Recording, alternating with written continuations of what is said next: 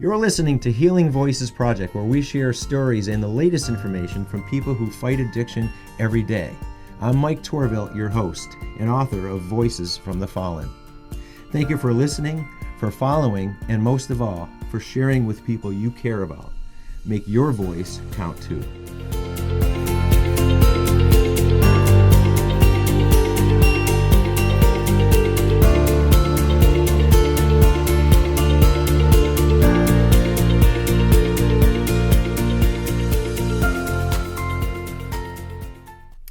Hello everybody, thanks for joining us back again on Healing Voices Project, and today we have another special guest. Her name is Judith Cosby, and Judy Cosby is the author of 3 books, Threads, Spirit Threads, Messages of Hope and Healing, and a gratitude journal called Weaving the Threads of Gratitude.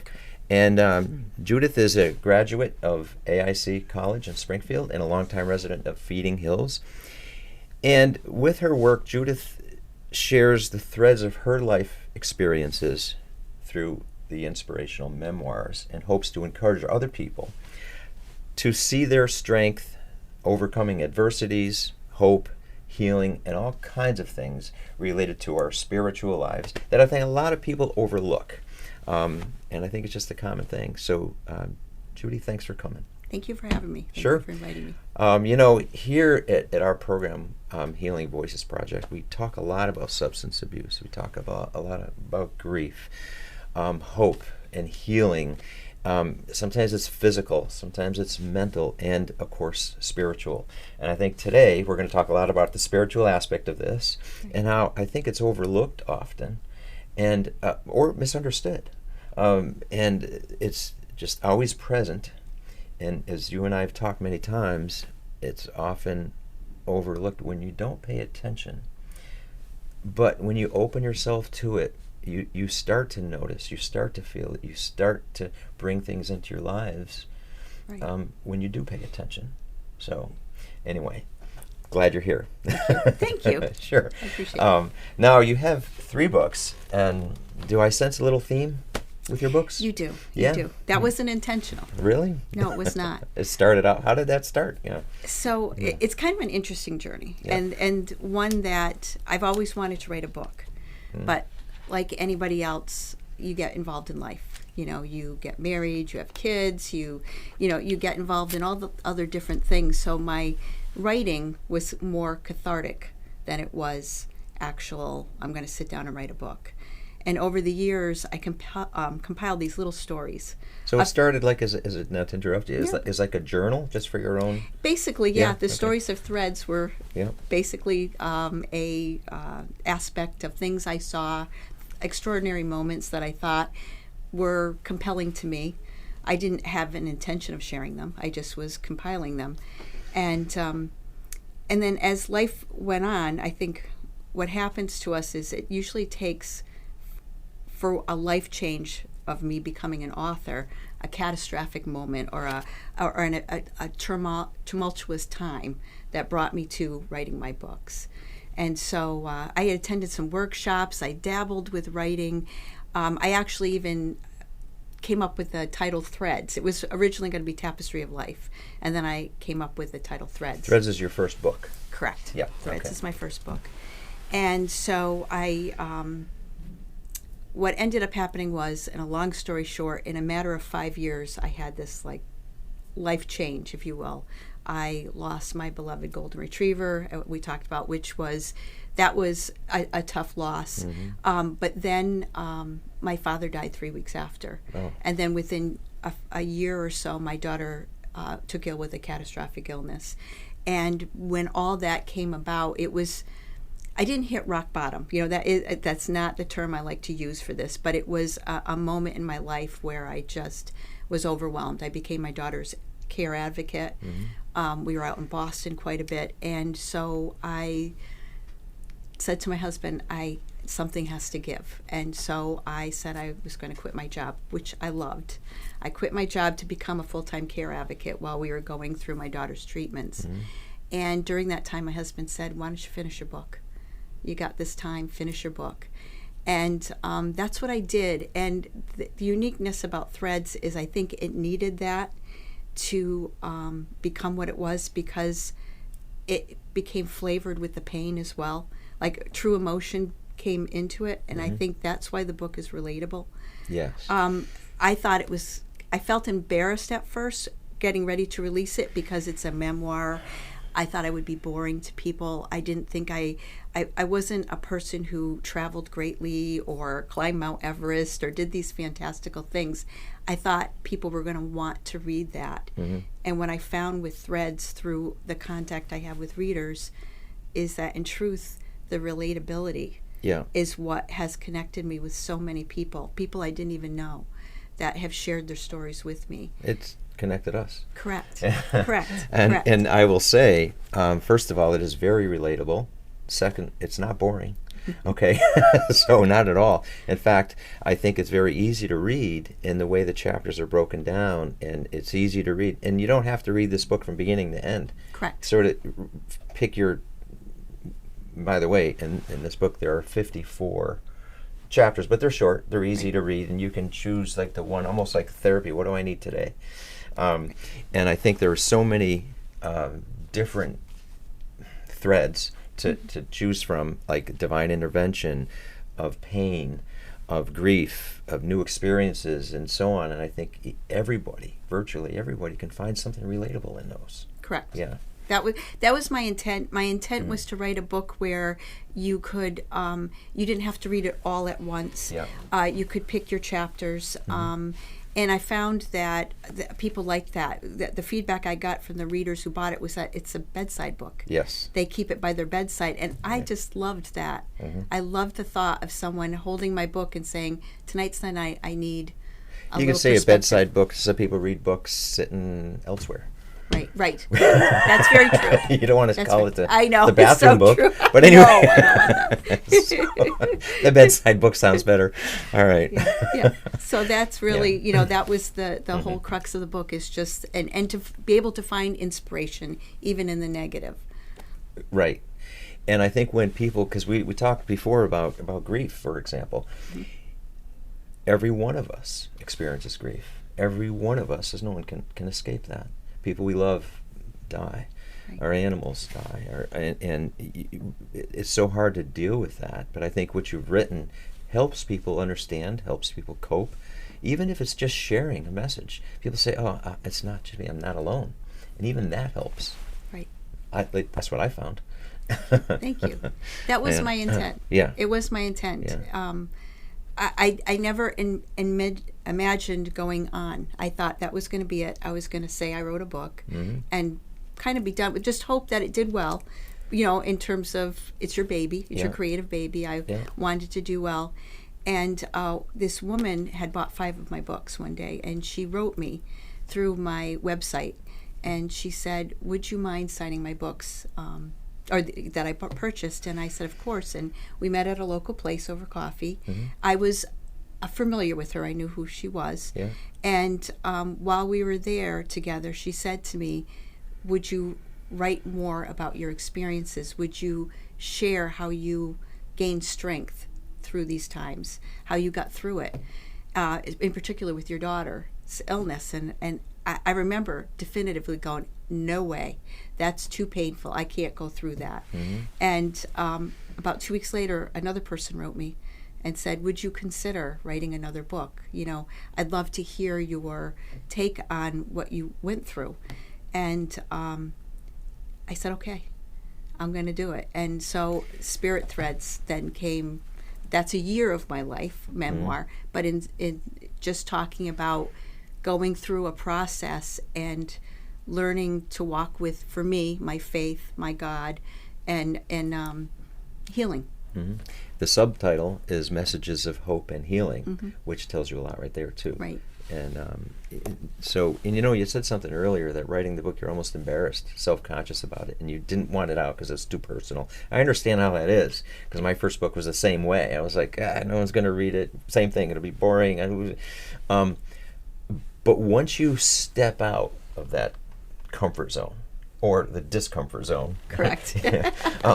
Once you step out of that that place of being uncomfortable, things start to change, right? They do. A lot. A lot. Yeah. And I think when somebody's going through difficult time, whether it's with grief or turmoil in their lives or trauma, and they get closed in, and once you, it's not like a magic button, but certainly the opportunities open up once you open up and begin to discuss it, begin to open up, begin to reveal yourself a little bit. I think that's when things start to change. Right. Same thing with addiction. If you don't seek help, if you try to do this yourself, the magic thing that happens is once you admit it, once you discuss it, once you open up and join a group, a meeting, therapy, any ways you can, that's when things change. That's right. With the connection.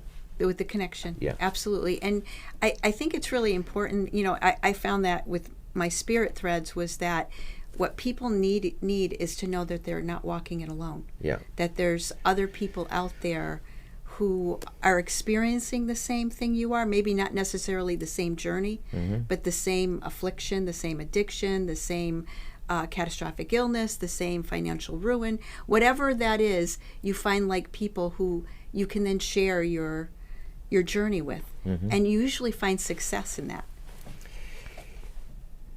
You can find success in that. You can find new opportunities, and I think one of the quotes, and I looked this, I think we talked about this, that started your book. It says, no, the wrong book. Yeah, it's okay. But I saw, and it says this: extraordinary magic is woven through ordinary life.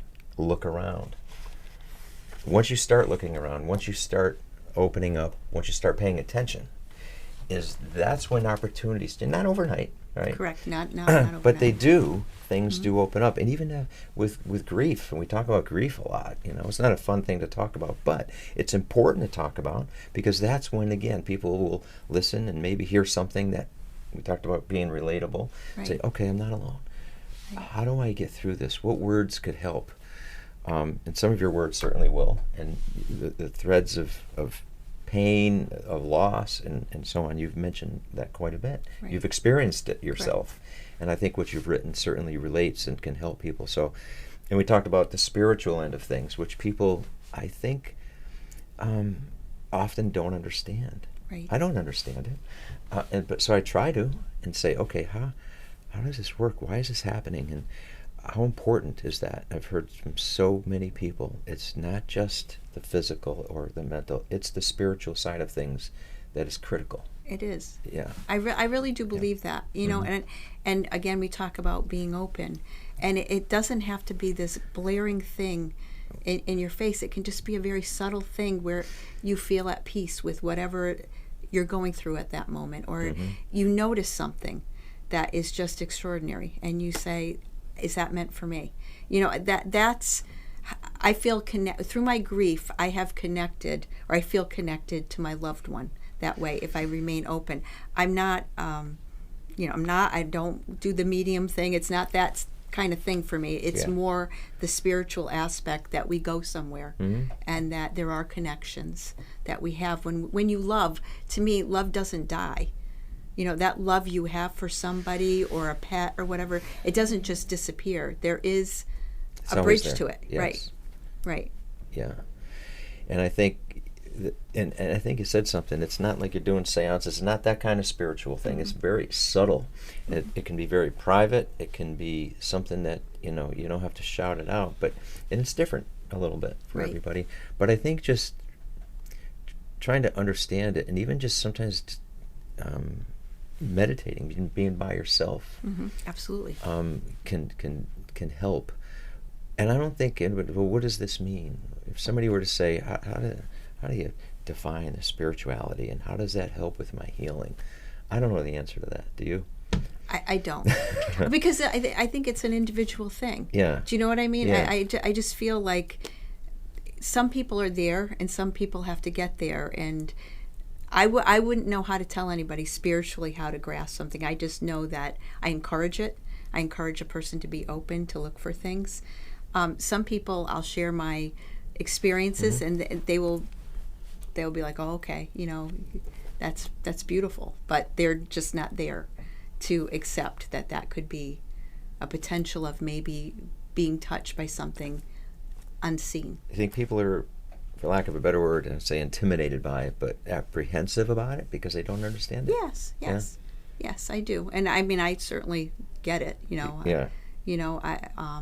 I just look for things that I think are going to give me comfort, get me through the moment, whether that's for my own sake. I don't know. I can't tell you. I have a little koi pond that I use as my creative when I'm not writing or whatever. Mm-hmm. I love to be in my gardens. Mm-hmm. I love to work the earth. I love to watch my fish swim. That's where I will meditate. That's where I will find that peace. And I think that's another aspect of grief, is to find that spot where you can feel at peace and maybe come to terms with some of the things, because we all have regrets. We all have regrets. I have hundreds, but sometimes you can work through those regrets. You can sit down and maybe just see, I have regrets with my dad. Do you know what I mean? Not horrible, but just things that I wish I said differently. But how do you overcome regrets? How do you work through that? I guess you just have to accept that we're human and imperfect, and that our loved ones really loved us. And when I look at my own daughters, for example, I have 2 daughters grown, and I think to myself, I love them unconditionally. So if my daughter snapped at me, that wouldn't define my eternity with them. And that's kind of how I'm looking at it with my dad. We had an unconditional love, and so I see that as he wouldn't hold that against me if I had that little regret. That didn't define our relationship. Because he has them just as you do. Right. Yeah, and we all do. Right. Yeah, and I think even in the world of addiction, and I've again known so many people that say, "Oh my gosh, I did so many things that I regret in my life of turmoil," and it's hard to get through that. And sometimes you're right; you're not going to change it, and you're not going to have I do this every day. But it's just, at least at the very least, accepting it and saying, "Okay, I'm done with that part, and I'll just move on and change." But you can't change the past, and so therefore you don't want to dwell on it either. Correct. So it's just getting past that, and it's easy to say. It is, but it is. It's getting past it and maybe taking that life experience and changing it going forward. Yeah. You know what I mean? I think that it doesn't erase the regret. It doesn't make the regret any less maybe painful, but it gives you a proactive, hopeful way of dealing with that regret. Yes. Maybe potentially going forward, you acknowledge, I don't want to do that again. Yes. I'm going to be more mindful of that. It's all hard. We're imperfect. I mean, there's no way we get up every day and, our day goes like that. It just doesn't, Well, talk about your the Weaving Threads of Gratitude, which is really a gratitude journal.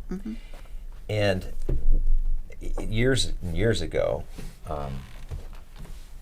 I remember going through a divorce a long time ago. But it was, you see a marriage counselor, and I went by myself for a little bit, and then the person said, keep a journal, it'll help. I go, oh. I laughed. I said, that's 16-year-old girls keep diaries. I don't keep a diary. Come on. But I did anyway. And I got to tell you, it was one of the best things I ever did.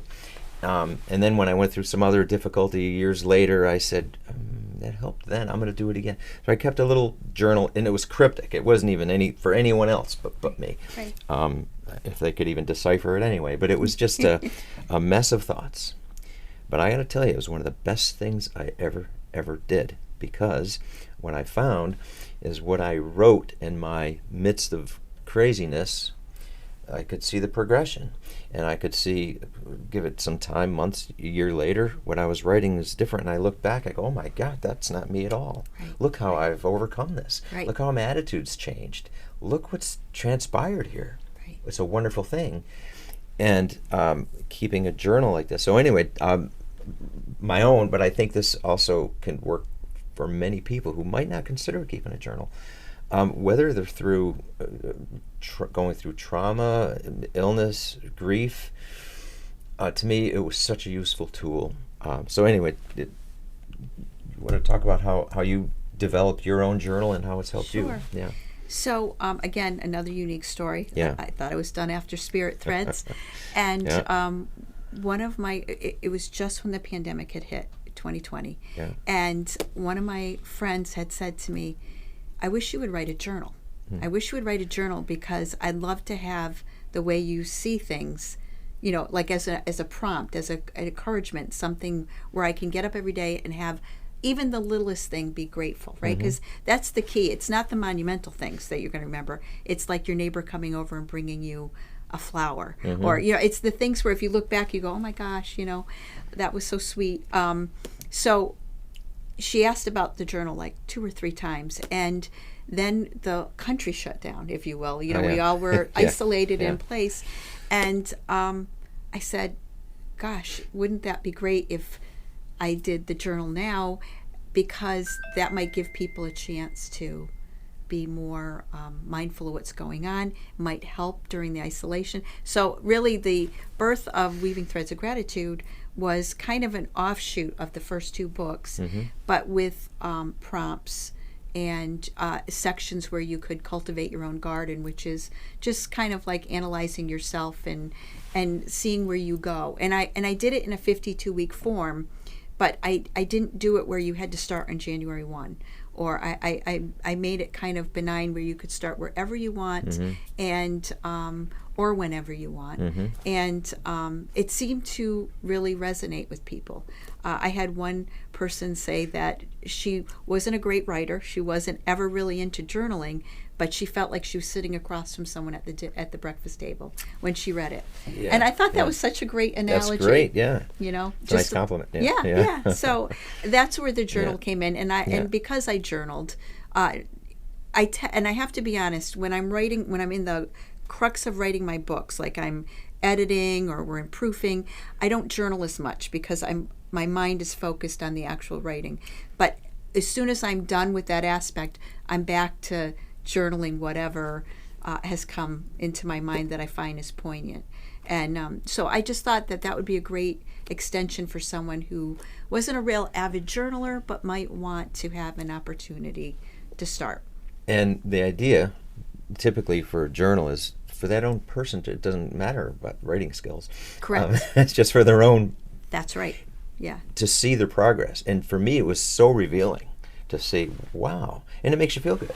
Right. Well, I'm not that person anymore. Look what I've overcome. And I wasn't aware of it until I look back and I go, wow. Right. Wow. And I think that's it's something to encourage people to do is their own therapy. It's free, too. It is free. It is free. Absolutely. Free therapy. Yeah. And with your book, you can say, and we can hold it up here, and you have the threads. I have threads right here. And I think this could be a great guide for people because you can see it. It's sort of, like you said, it's prompts to help people with their journal, and which you think is great because people, where do I start? What do I do? This is great for that. And I think it could be so therapeutic no matter what you're going through. Correct. Correct. That's the whole point, is that you don't have to be. Yeah. You don't even have to really be in a crisis of any kind. It could just be your own personal journey at that time. But that's what. And I should mention how threads came about. I never really kind of defined that. Yeah. Is the whole concept of threads is, I'd heard it in a sermon when I was a young girl, and it always stuck in my head, was that we're all creating this beautiful tapestry of our lives. And how connected we are. The threads that, they didn't talk about the threads, but just all the materials that go into our personal tapestry, and then it's linked to yours, and then it's, it continues on. So it makes this glorious weave of a lifetime. And I just loved the idea because to me, when you're creating a tapestry, it isn't just these beautiful colored threads. There's knotted threads. There's times in your life where your threads aren't very pretty, and you are they're not growing, they're not extending, they're stagnant, if you will, because you're stuck in a place. And I felt like if people saw their lives through this beautiful tapestry, they'd want to maybe change it a little, or be more observant of what they were doing in their lives. Yeah, being more observant, paying attention to things they might often overlook anyway, and being open Right. to a discussion, to meeting people. To, you had said earlier, and I hope you don't mind me saying this, you said, "Gosh, I'm really shy. I don't know about sitting in front of a microphone," but you did it anyway. I did it. You did it anyway. I You did. weren't going to write your book because you were embarrassed, Correct. but you did it anyway. I did. Yeah. And that's a wonderful thing. Yeah. And despite those obstacles, those knots in our threads, get past those knots Right. and keep going. Right. And I think that, going back to the stepping out of your comfort zone, is where opportunities and things start to change. I think your life, has changed after you wrote these 3 books. Absolutely. Yep. Absolutely. Yeah. I use the term loosely, but it's been miraculous. And the reason I say that is because I actually thought my career was over. Like I thought that because I was leaving my long-term job that I had planned to retire in, that I had changed gears at a later age, by the way. And I was very nervous, but what it's done is when I was ready to release Threads, I decided one day I couldn't do it. I was going to halt it. I wasn't ready to release it. And one of my friends asked me to pray on it. She said, "Just don't do anything, Judy. Just pray on it." And so I did. I took it seriously, and I just said, if this is meant to be, please let it be. And the peace I had after I did that was just more like, sometimes you have to step out of your comfort zone, that maybe it's not about me. Maybe it's about the 5 people I connect with. Mm-hmm. And I have connected with some people that I have never met that have shared their lives and the impact that Threads has had on their healing process for them. Nothing can replace that. I don't need to be a bestseller. I don't need any of that. I never really wanted it anyways. Mm-hmm. But I'm saying, if I feel like I can help somebody, that's more powerful than anything I could ever imagine. It's right. I agree with you 100%, and I feel the same way. And I think you've mission accomplished with this, And you have so many, and I was going to ask you, but I know it'd be a hard question, because you have so many threads, the chapters of divine intervention, of clarity, of nature, of acceptance, and things that we all go through, and finding, of love, and of being good to yourself, which is a hard thing to do. But there's so much in here that I think people could relate to, that, again, if I were to ask you, is there any one of these that sticks out as being the most